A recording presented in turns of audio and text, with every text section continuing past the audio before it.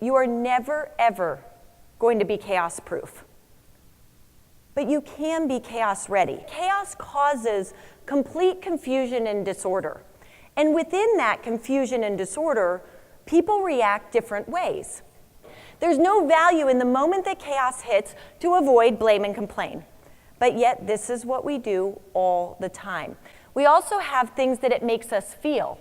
It feels some anxiety, it feels confusion, it feels like things are out of control.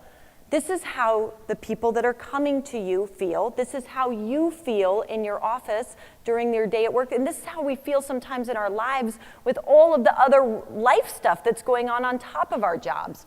Chaos happens when your reality is different from your expectations. That's actually all it is. So if that's true, then it shows us where we can go to work. Where we can operate within and where we can take action would be where? In the expectations. How many of you have been on a hot air balloon ride? Okay, a few. How many would like to go on a hot air balloon ride? All right, so it's 1989. My grandfather this year was the sponsor of the Hot Air Balloon Festival, and he was sponsoring the giant strawberry balloon.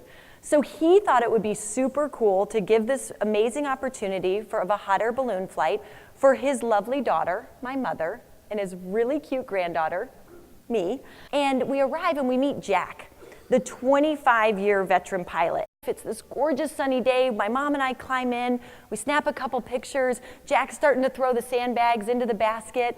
My grandpa gets in his Jeep because he's going to follow the balloon along the ride. And the sound, what's that sound it makes when they pull that cord?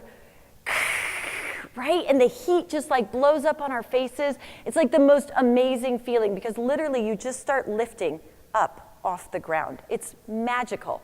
You know when you get to the one part, you're kind of at this height of it all, and everything below is just small and it's so quiet. It's like gorgeous. It's peaceful.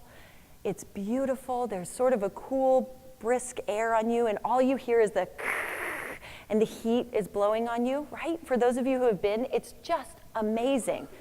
Well, out of nowhere, this huge gust of wind just like rips through the basket. It was like,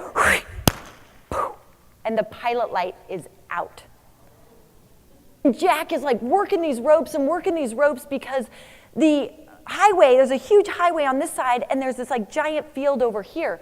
Now, imagine my grandfather. My grandfather is on the ground watching this experience that he created for his beloved family, right? And his giant strawberry is just like getting moldy. You know, it's like, and all I remember is just the impact. And it was like, boom, and we just hit the ground and it just ejected us out of the basket like a bunch of apples tumbling around. For those of you who said that you'd like to go on a ride, still go.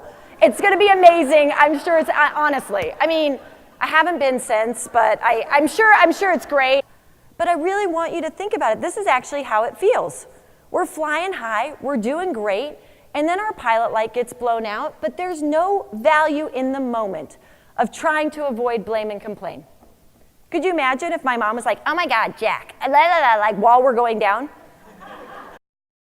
Who are you being? Who are you being in the moment? Who are you being as the leader? Who are you being when this is going on? It makes all the difference.